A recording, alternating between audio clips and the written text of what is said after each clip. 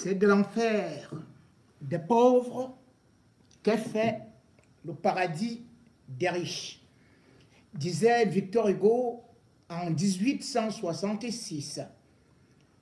L'obtention du visa pour quitter l'Afrique, aller en Europe, aller en Occident, c'est devenu de la mer à boire. Non seulement les frais, mais les réponses généralement sont négatives. Les frontières deviennent de plus en plus difficiles à franchir. Les Africains qui, quand il fallait les utiliser comme la chair à canon, eh bien on venait les prendre sans autorisation. Aujourd'hui, quand ils ne meurent pas dans la mer, dans le désert, même quand ils arrivent ici, c'est de la pure galère. Et toutes les misères du monde, dit-on, viennent de l'Afrique. Les Africains devenus comme des insectes parasites qui font de telle sorte que l'extrême droite puisse fleurir, puisse grandir, arriver au pouvoir pour se débarrasser de ces encombrants africains qui devraient maintenant vendre la peau des fesses pour avoir un visa. Un visa, c'est une probabilité d'1 sur 1000. Et d'ailleurs, les frais, comme vous avez suivi, sont en constante augmentation. Cette fois-ci, 12,5%. On n'aurait jamais imaginé une augmentation d'une denrée ou de quoi que ce soit en Europe à hauteur de 12%, que tout le monde serait déjà descendu dans la rue. Mais avec les Africains, c'est le dictat et on accepte, puisque nous ne savons pas protester et parce que nous n'avons pas de capacité pour également équilibrer, eh bien, on subit donc cela. Les étudiants, beaucoup d'ailleurs, n'ont pas pu poursuivre leur cursus scolaire, académique. Cette fois-ci encore, non seulement avec Nicolas Sarkozy qui avait dit que lui, il fait de l'immigration choisie en prenant les meilleurs cerveaux et en laissant les autres, les rébus, les rejets pour l'Afrique. Mais cette fois-ci, c'est l'extrême droite qui a le vent en poupe, certainement pour nettoyer au Karcher, comme le disait Sarkozy lui-même. Quand on voit les sondages et quand on voit ce qui vient de se passer aux dernières élections européennes, on voit bel et bien que les sondages, depuis janvier, février, mars, avril, donnent d'ailleurs gagnante pour l'élection présidentielle de 2027, Marine Le Pen. Quel est donc son programme? Bien évidemment, ce serait pour visser les frontières. Mais cependant, si les hommes ne vont pas voyager, les marchandises vont continuer à circuler. Ce n'est donc pas la circulation des marchandises et des biens et des personnes, c'est uniquement les matières premières qui, faut-il le dire, grâce au régime totalitaire, continuent toujours à venir en Occident. Et d'ailleurs, c'est cette Marine Le Pen qui était la première, elle, qui tapait sur les Africains à courir rapidement au Tchad pour aller saluer Idriss Père. Et quand Idriss Père est mort, voilà que Idriss fils est arrivé dans un bain de sang. Et malgré le fait que l'élection présidentielle au Tchad soit connue d'avance, avec tout ce qu'on a connu, eh bien, la première personne, la première politicienne à féliciter Mahamat Idriss Déby, c'était Marine Le Pen. Oui, Marine Le Pen va donc fermer les voies aux Africains, mais il va ouvrir la voie aux richesses africaines. Vous ne voyez pas ça? Que c'est beau. Oui, l'or de l'Afrique est toujours bien. Le diamant, est toujours bien. Et pourquoi pas du bois? C'est super bien. Et que maintenant, puisque l'uranium devient une denrée rare, depuis qu'il y a une crise au niveau du Niger, eh bien, on revient un peu vers l'Afrique centrale. Enfin, là où on peut tout prendre, sans que quelqu'un ne se lève, sans que quelqu'un ne crie au scandale. Marine Le Pen, d'ailleurs, comme elle a été accueillie au Tchad, prenant les petits enfants noirs avec elle, montrait comment est-ce qu'elle aimait les Africains. Et pourtant, toute la politique, toute sa politique de père en fille ne repose que sur la xénophobie, sur le racisme. On a beau polir les angles, mais c'est presque toujours la même chose. C'est à peu près comme si on mettait de la peinture sur un cercueil, sachant que le cercueil égale cercueil. Marine Le Pen, donc, avec le vent en poupe, bien évidemment, les Tchadiens qui pourraient être très contents qu'ils vont partir là-bas, eh bien, sachez que ce sera encore beaucoup plus compliqué qu'avant. Très, très compliqué. Il faudrait donc que l'Afrique puisse développer les relations sud-sud. Il faudrait que l'Afrique ouvre les frontières. Il faudrait que le passeport de la SMAC tant annoncé et tout ce qu'on disait que nous allions montrer notre fraternité, nous qui chantons toujours à l'unisson que nous voulons les États-Unis d'Afrique, malheureusement, nous sommes encore dans des républiquettes où les frontières sont presque infranchissables, où dès que vous allez dans un autre pays, on vous dit que vous êtes totalement étranger, vous êtes en danger, vous devenez un gibier, persécuté, chassé. Et les Tchadiens, généralement, viennent donc au Cameroun quand ils sont victimes parfois de ces coups d'État, de cette instabilité dans leur pays. Et beaucoup d'ailleurs sollicitent les universités camerounaises. Lorsqu'on regarde d'ailleurs des statistiques de novembre 2023, 70 000 étudiants tchadiens sont actuellement dans des universités camerounaises. Et lorsqu'on regarde au Tchad même, ils n'atteignent même pas 47 000 dans les universités tchadiennes. C'est dire que les universités camerounaises sont beaucoup sollicitées par les étudiants tchadiens qui parfois n'ont qu'à traverser et puis ils sont déjà au Cameroun. Sauf que le Cameroun, qui pourtant est présenté comme un pays stable, un pays de sécurité, un pays où, dit-on, il y a la paix, il n'y a pas de guerre, malheureusement, les étrangers, et particulièrement les étudiants tchadiens, sont de plus en plus en insécurité. D'année en année, l'assassinat des Tchadiens augmente. Des crimes qui sont d'une violence inouïe. Des assassinats d'une barbarie indescriptible. Que veut-on? Lorsqu'on regarde tout simplement depuis le début de l'année, les crimes dans les campus universitaires sur des étudiants tchadiens ne font qu'aller crescendo. Rien ne les arrête et les Tchadiens commencent beaucoup à s'inquiéter comme si c'était un règlement de compte. Règlement de compte par rapport à quoi? Pourquoi les étudiants tchadiens ne bénéficient pas des mesures de sécurité?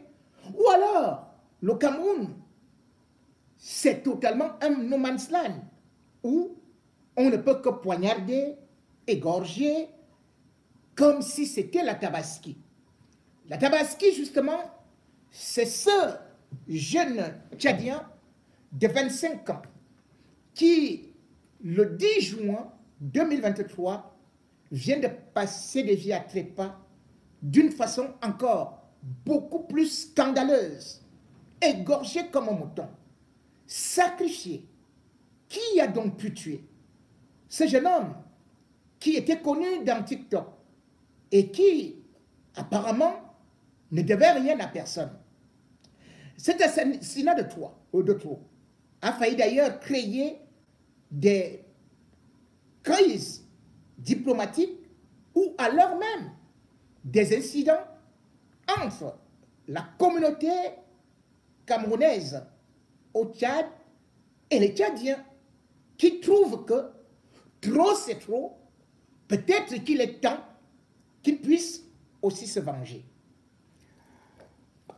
Ahmad Yaro, puisque c'est son nom, a donc été trouvé assassiné. Beaucoup de thèses complotistes ont aussi commencé à circuler.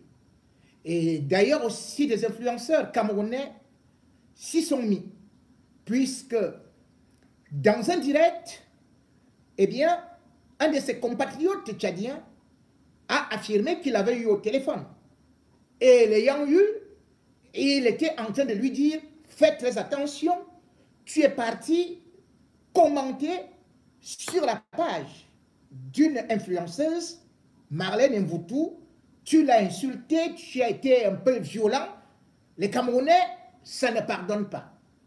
Bref, avec ce récit, il voulait donc montrer que la personne qui serait capable de commanditer ce crime serait donc Marlène Mvoutou. Or, à ce que nous sachions, cette dame vit en France. A-t-elle des escadrons de la mort au Cameroun? Et pourquoi n'a-t-elle pas encore fait ça par rapport à ses adversaires qui sont nombreux, par rapport à tous ces gens qui la dénigrent, par rapport à tous ces gens avec lesquels elle fait des clashs?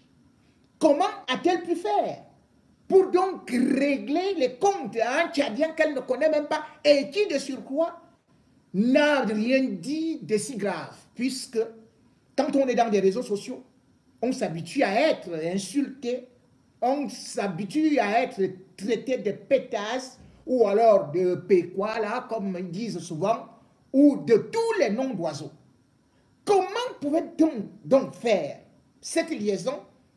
A-t-elle une agence?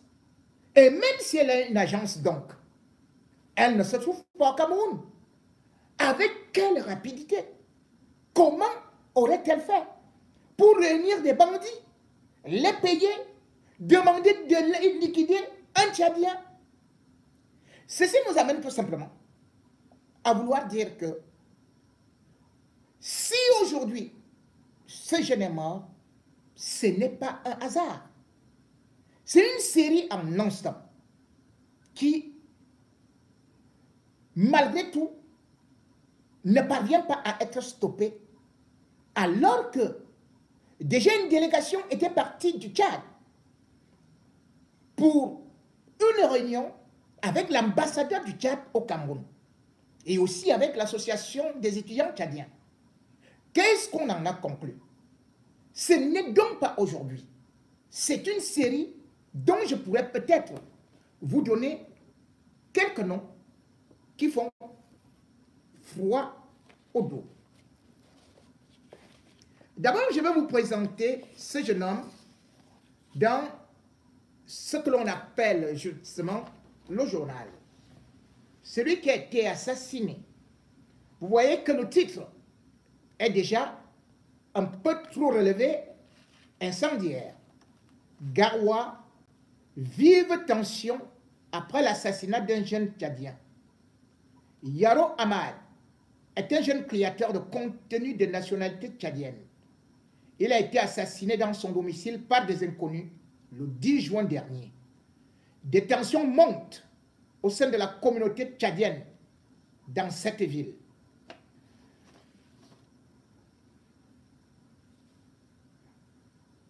L'assassinat de ce garçon, comme je le disais, vient donc s'ajouter à d'autres que je vais essayer de lire tout en disant je ne crois pas et je ne pourrai jamais croire que c'est Marlène Mvoutou qui, faut-il le dire, n'a jamais été connue dans le milieu des assassinats. Et il y a eu l'assassinat de Togoum Farel, Master 2, géologie à l'université de Tchang. C'était déjà le 16 avril 2024. Non seulement on l'avait assassiné, Il y avait le sang partout. On l'a porté. On est parti jeter dans la broussaille. Comme on avait fait avec les sœurs de Djoum. Benjamin Paz, il était à l'université de Yaoundé 2. On l'a assassiné avec des coups de poignard. C'était le 30 janvier 2024. En Ngondéré, c'était une véritable série parce que là-bas, 400 ont été assassinés. Et d'ailleurs, l'association Dan Remember avait dû organiser une conférence de presse pour essayer d'alerter la communauté nationale, donc camerounaise, et aussi la communauté tchadienne et les autorités pour attirer leur attention par rapport à ce qui était en train de se passer contre les étudiants tchadiens.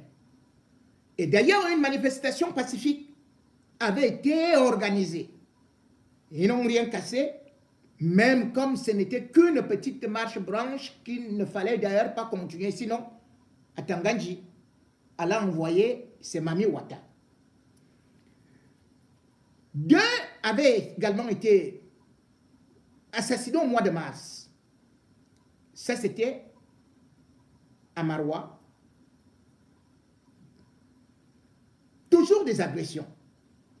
Et comme je le dis, on trouve souvent ces cadavres soit dans des campus, soit en pleine rue, soit dans la broussaille.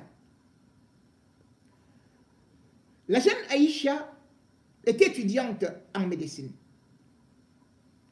Elle avait reçu 13 coups de poignard. Et ce n'était pas en pleine nuit. C'était presque à la tombée de la nuit. Il était 18h30. Ben Michel était en 3e année. En Ngondéré, même violence, même assassinat, bain de sang. Hassan Yahya,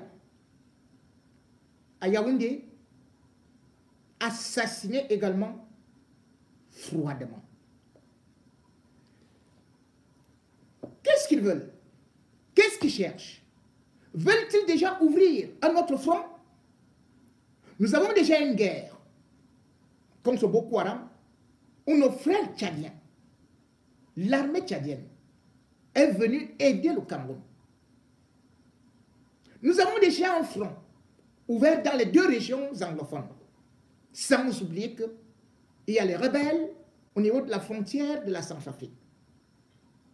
Comment peut-on actuellement chercher à ouvrir un autre front contre le Tchad? Comment peut-on imaginer qu'un État puisse laisser les étrangers se faire massacrer de cette façon, sans jamais arrêter un seul coupable? Pourtant, ils nous disent qu'il y a des caméras de surveillance partout. Les plaintes sont déposées à la PJ. On entend des bruits pendant une semaine. Et après, il n'y a plus rien. Dossier classé. Et ceci peut entraîner justement des représailles. Dans la mesure où on sait que même si les Tchadiens viennent quand même au Cameroun, les Camerounais vont aussi au Tchad. Et d'ailleurs, lorsqu'il y a eu la crise, presque une guerre civile, entre les Mousgoum et les Arabes chouas, nous étions en décembre 2021. Les Camerounais ont traversé pour aller au Tchad 44 000. Ils sont allés. Ils ont été bien accueillis. Et d'ailleurs, même comme ça s'est calmé un peu, selon l'OHCR, jusqu'à présent, il y a 23 350 Camerounais au Tchad. On ne peut donc pas dire que c'est les Tchadiens qui viennent nous encombrer, encore que les universités sont payantes au Cameroun. Le peu qu'on peut faire pour un État, c'est d'abord de sécuriser soit les campus universitaires et surtout la communauté tchadienne qui, ma foi, est devenue une véritable cible. Ce qui peut entraîner, comme je le dis bien, des représailles. À nos frères tchadiens et sœurs, je voudrais juste vous dire que les Camerounais qui sont là-bas ne sont pas responsables des assassinats des Tchadiens au Cameroun. Et même les Camerounais qui sont au Cameroun, tous ne sont pas des assassins. Il n'y a qu'une infime partie de quelques individus qui aiment voir le sang, qui d'ailleurs assassinent aussi des Camerounais, qui veulent créer justement des tensions, des frictions entre vous et nous. Le Tchad et le Cameroun entretiennent des relations depuis de longue date, de la coopération, puisque d'ailleurs des accords de coopération scientifique, technique, je crois, avaient déjà été signés le 21 décembre 1985. Ces accords sont encore respectés. L'État du Tchad doit les respecter, le Cameroun doit les respecter, et le Cameroun doit surtout protéger la communauté tchadienne au Cameroun, qu'ils soient réfugiés ou étudiants. Parce que je le dis bien, lorsqu'il y a eu cette crise dans l'extrême nord, beaucoup de Camerounais se sont réfugiés là-bas au Tchad. Et il y avait 67 morts. 67 morts avec des machettes et des armes. 111 blessés. 112 maisons détruites. Si les Tchadiens fermaient la frontière, qu'est-ce qui serait arrivé aux fugitifs? Ça devait être un massacre. Et on devait se retrouver dans une guerre civile. Aujourd'hui, nous n'avons pas de possibilité à aller en République, enfin, en Guinée équatoriale, où là-bas, on a fermé la frontière. Au Gabon, c'est également compliqué. Mais qu'est-ce que nos autorités veulent au juste?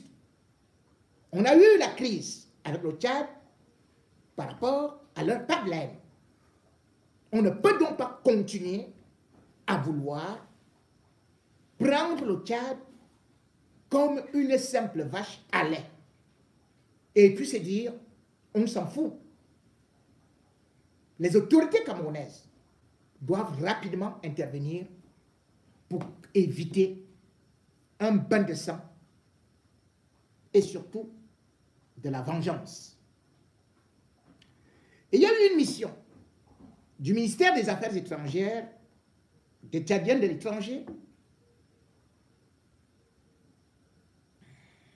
avec l'ambassadeur du Tchad au Cameroun. Il s'appelle Djida Moussa Oudman. Et puis le bureau de la coordination des étudiants. L'ambassade du Tchad doit veiller à ce que ces réunions ne soient pas tout simplement juste un saupoudrage comme ça pour fermer les yeux. Quand vous avez une ambassade, quand vous êtes là, vous devez aussi demander à l'État du Cameroun des comptes par rapport à vos ressortissants. Vous ne devez pas laisser ces étudiants dans la peur. J'ai eu des témoignages. J'ai dû calmer beaucoup de gens. J'ai dû rassurer. Mais ce n'est pas mon travail. Je suis journaliste. C'est votre travail à vous. Que la paix revienne dans les campus universitaires et surtout dans la coopération entre le Tchad et le Cameroun.